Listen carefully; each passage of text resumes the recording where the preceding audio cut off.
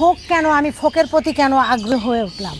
আসলে ফোক আমার জিনেই ছিল। আমার পূর্বপুরুষের মানে আমার দাদার দাদা, আমার বাবার মামারা সবাই বয়াতি ছিল, পটুয়াখালীতে বাড়ি। তো সবাই বয়াতি ছিল। এবং আমি কেন ফোকে আসলাম, আমাকে যখন ছোটোবেলায় ধরে নিয়ে যেত রবীন্দ্রসঙ্গীত নজরুলসঙ্গীত গাওয়ানোর জন্য, আমি সামাও ঘুরে ফিরে ওই মানে ফোক গানের দিকেই চলে যেতাম। কারণ বাবার ইচ্ছা ছিল সে নিজেও গান করতো ফোক, তো মেয়েটা ডিফারেন্ট কোনো জনরায় যায় কিনা, বাট আমাকে নিতে পারিনি। এক বড় হওয়ার পরে ফিল করছি যে আমার জিনেই ছিল ফোক, এই জন্যই আমি ফোকের প্রতি আসলে আমার রক্তটাই টেনে নিয়ে গিয়েছে, আত্মাটাই টেনে নিয়ে গেছে ফোকের প্রতি। আর ফকির লালন সাইজির গান কেন গাই, এটাও অনেকের জানার খুব আগ্রহ থাকে।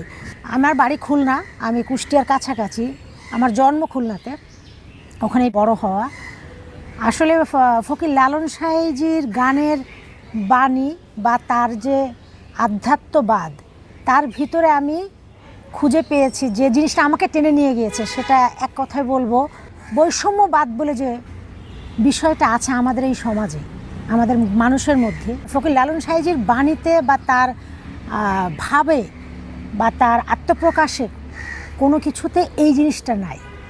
তার লেখার যে বাণীগুলো সে রেখে গিয়েছে, সেই জন্যে ওই বিষয়টা আমাকে সবচেয়ে বেশি টানছে ফকির লালন সাইজির পথে হাঁটার জন্য।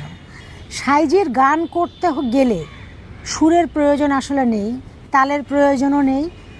আমি বলবো যে তার যে বাণীগুলো লেখা আছে, মানে গানের কথা, আমরা বলি গানের কথা, ওগুলো যদি একটু পড়ি, আমরা যেরকম গল্পের বই পড়ি, ওগুলো পড়লে বোঝা তো খুব টাফ, এক কথায় বলবো। তবে আমার ক্ষেত্রের কথাটা যদি আমি বলি, আমি সবার ক্ষেত্রেটা এটা ডিফারেন্ট থর। সাইজির বাণী যে যেভাবে পারে নেয় নিজের মতো করে, এটা হচ্ছে প্রথম কথা। তো আমি নিয়েছি আমার জীবন দর্শন, এবং আমি বাউল সাধকদের দেখেছি গান গায় না,